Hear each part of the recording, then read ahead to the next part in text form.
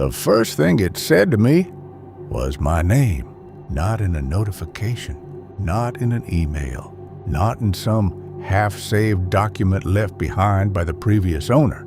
It was on the lock screen, white text, centered, clean. "Welcome back, Daniel." I remember laughing. Not a nervous laugh, not yet, just that awkward, disbelieving chuckle you give when something glitches and your brain hasn't decided whether to be amused or concerned. My name is Daniel Harper. It's not rare exactly, but it's not something a factory reset laptop should know either. And I had factory reset it twice. I bought the laptop on a rainy Thursday evening from a guy named Marcus off Facebook Marketplace. He lived in a narrow townhouse wedged between a laundromat and a tax office.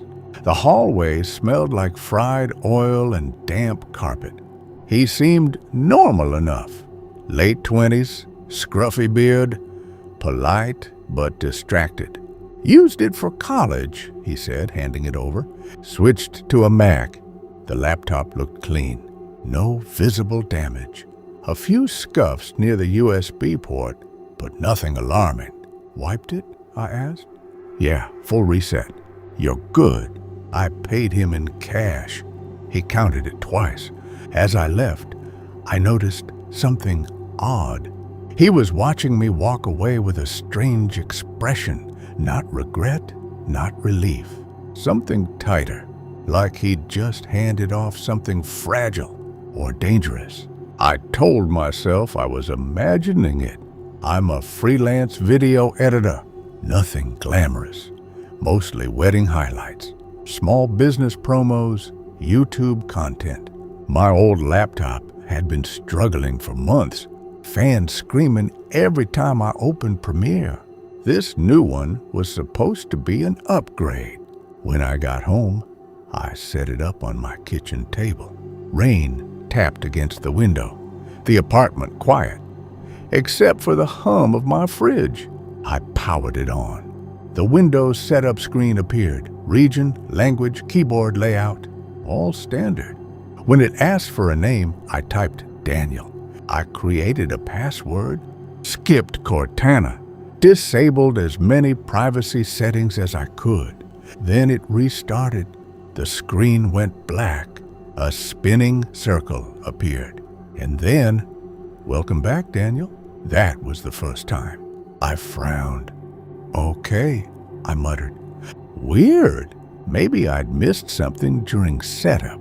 Maybe it pulled my name from my Microsoft account automatically. Except I hadn't signed into one. I'd chosen offline setup. Still, I shrugged it off.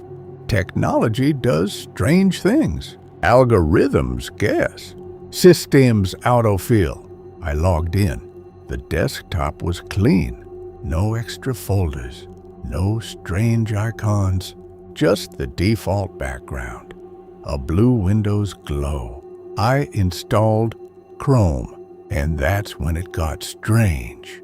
As soon as I opened Chrome, a tab launched automatically. No home page animation. No blank new tab. Just a single open page. A Google search. Daniel Harper, Charlotte, NC. That's my full name. My city. My stomach tightened. I hadn't typed that. I hadn't even connected to Wi-Fi yet. The laptop wasn't online. The little globe icon in the system tray still showed no internet access. I stared at the screen. Slowly, carefully, I closed the browser. "Okay," I said out loud, my voice sounding smaller than usual. "Okay, glitch. Maybe it had cached something from before the reset. Maybe it was some bizarre coincidence." I connected to Wi-Fi. The second the connection icon changed, Chrome reopened on its own. This time, the search was different. Daniel Harper apartment address. My heart skipped. I hadn't searched that. Ever. And below it, in the autofill suggestions, was my exact address. Apartment 3B. I physically stepped back from the table. The rain outside felt louder now. I checked the browser history. It showed no prior activity, no extensions installed, no bookmarks. Completely clean. Yet someone or something had typed my name and location. I told myself there had to be a logical explanation. Maybe Marcus hadn't fully wiped it. Maybe he'd looked me up after I left. Maybe he was messing with me remotely. That thought sent a chill down my spine. Remote access. I opened Task Manager. Nothing unusual. CPU usage low. No suspicious programs running. Still, I wasn't convinced. I downloaded Malwarebytes. Full system scan. Nothing detected. I exhaled slowly. You're spiraling, I told myself. It's just a used laptop. Probably some CloudSync error. Then the screen flickered just once. Quick, like static. And for a fraction of a second, I saw something different behind the desktop. A dark window, black background, white text, scrolling, then it was gone. That night, I barely slept. I kept the laptop closed on my desk. Every time the building pipes groaned or a car passed outside, I imagined the lid lifting on its own. At 2:17 a.m., I heard the startup chime. My eyes snapped open. The apartment was dark, except for the faint glow from my living room. The laptop. I got up slowly. Each step felt deliberate, like walking toward something coiled. The screen was on. No login screen, no lock, just the desktop. And in the center, Notepad was open. Text blinking, waiting. Then letters appeared, one at a time. H-E-L-L-O. I froze. Okay, I whispered. Not funny. The cursor paused, then continued. D-A-N-I-E-L. My throat went dry. The message completed. Hello, Daniel. You took longer than I expected. I slammed the lid shut. The apartment went silent again. My hands were shaking. I told myself it had to be remote access, some hacker messing around. But how would they know my name before I connected to Wi-Fi? And why me? I grabbed my phone and Googled Marcus's profile. Gone. The listing was deleted. His account showed as unavailable. I searched his name. Nothing consistent. No LinkedIn. No Instagram. Just a ghost. In the morning, I decided to confront it. Not Marcus. The laptop. I opened it. The desktop appeared normally. No notepad. No message. Okay, I said, forcing steadiness into my voice. What do you want? Silence. I almost laughed at myself. Then the screen flickered again. A new folder appeared. It hadn't been there before. Name, Daniel, all caps. My pulse hammered in my ears. Slowly, I double-clicked it.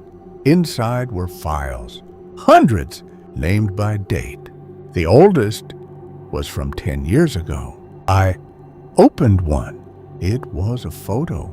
My high school graduation. Me in a blue gown, smiling awkwardly at the camera. I felt like the floor had dropped out beneath me. That photo wasn't online. It was on an old external hard drive at my parents' house. I opened another. A picture of me and my ex, Rachel, at the beach. Private. Never posted. My chest tightened. How do you have this? I whispered. The cursor began moving on its own. A new file appeared. Today, JPG. I stared at it. My hand hovered over the trackpad. I clicked. The image loaded. It was my apartment, taken from inside. From behind me, I was sitting at the kitchen table. looking at the laptop. The timestamp read from 5 minutes ago. My blood ran cold. I turned slowly. The apartment was empty. Door locked. Windows closed. No one there. I checked the bathroom, the closet, under the bed. Nothing. When I returned to the laptop, the image had changed. Zoomed in. On my face, eyes wide, mouth slightly open. Below it, text appeared. "I see you too." I stumbled backward, knocking into a chair. "No," I breathed. No.